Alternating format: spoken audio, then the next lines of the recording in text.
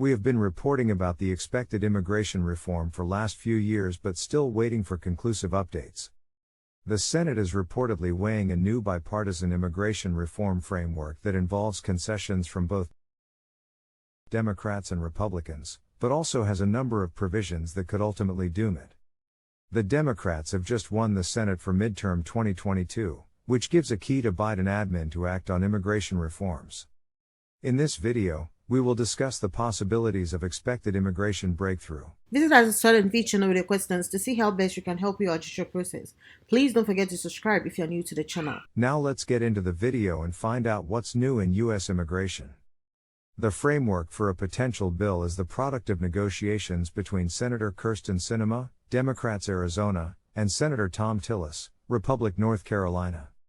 According to a summary in the Washington Post, it would give Democrats a long-sought path to citizenship for more than 2 million Dreamers who immigrated to the U.S. as children without authorization. That would add $1.2 trillion to GDP over a decade and $235 billion in net fiscal contributions, as estimated by the Niskanen Center, a libertarian think tank. Republicans would get additional border security resources and at least a one-year extension of the Title 42 policy, which has allowed the U.S. to use pandemic-era health rules to quickly expel nearly 2.5 million migrants who have arrived on the southern border since 2020. The Government Accountability Office would have the authority to end the policy, ostensibly after the government can establish new migrant processing centers on the border. The framework would also provide funding to accelerate the processing of asylum seekers, including for those processing centers, and to hire additional asylum officers and immigration judges. And it has provisions that would allow migrants who aren't eligible for asylum to be quickly removed. Currently, the process of adjudicating an asylum claim typically spans months or even years. Existing asylum cases have been pending for an average of 785 days as of October. Though the framework is a mix of Democratic and Republican-supported policies, it also has a few potential deal-breakers, including the preservation of Title 42.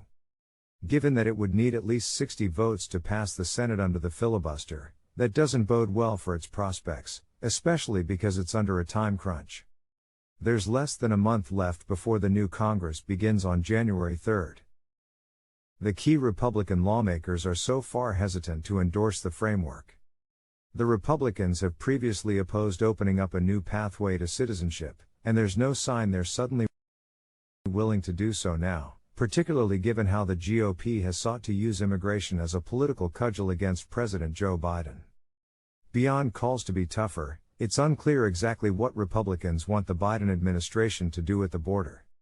A House GOP memo released before the midterms outlined plans to fully fund effective border enforcement strategies, infrastructure, and advanced technology to prevent illegal crossings and trafficking by cartels, as well as end catch and release loopholes, require legal status to get a job, and get rid of welfare incentives, without calling for a specific amount of money to be spent.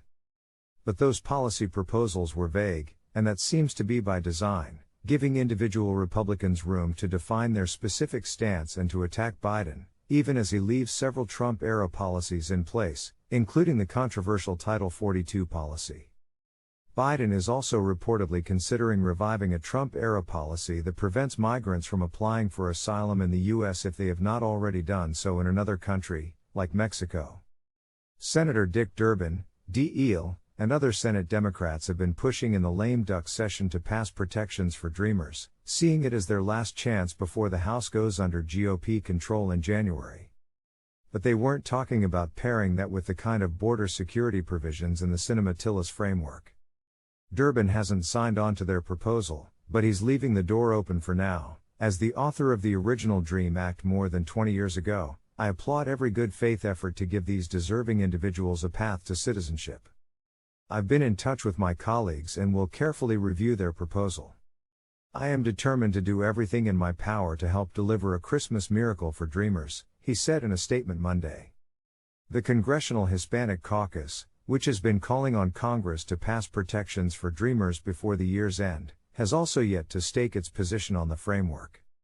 Sebastian Roa, a CHC spokesperson, told Vox that the group hasn't reviewed the legislative text but wants to see lawmakers continue talking and figure it out for the sake of our dreamers and the repercussions of DACA ending on our communities. Sinema and Tillis are still drafting that text, and for Democrats considering the bill, the devil may be in the details. A Senate Democratic aide told Vox that their office is concerned about the provisions on asylum processing and the continuation of Title 42, which they see as a sticking point.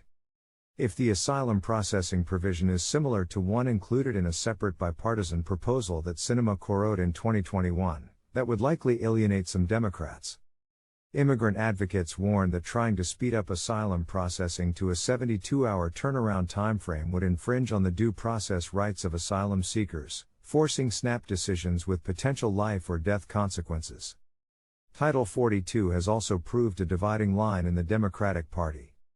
It was put in place under the Trump administration using dubious public health rationale and has become an overt, de facto national immigration and border security strategy due to its effectiveness at keeping migrants out of the U.S. A federal court has struck down the policy, leading to its scheduled rollback later this month. Moderate Democrats and those facing tough contests in 2022, including incoming Pennsylvania Senator John Fetterman, have questioned the Biden administration's decision to end Title 42 earlier this year.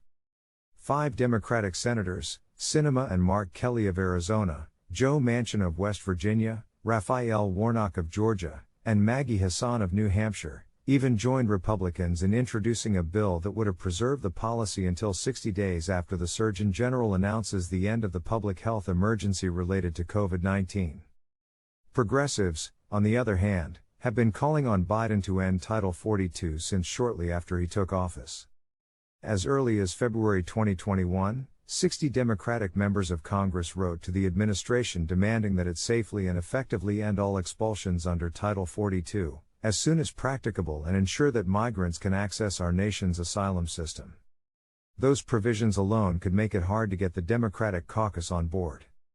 If so, that would mean the Sinema and Tillis bill won't have a fighting chance. I hope you guys found this video extremely helpful. If you know anybody that could benefit from this information, definitely make sure to share this video with them. We are all about empowering you with knowledge. So the more people that can benefit from this video, the more people we want watching this video. If you like this video, please make sure to hit that thumbs icon. Thanks for watching, and don't forget to subscribe and hit on the notification bell for more immigration updates. Bye!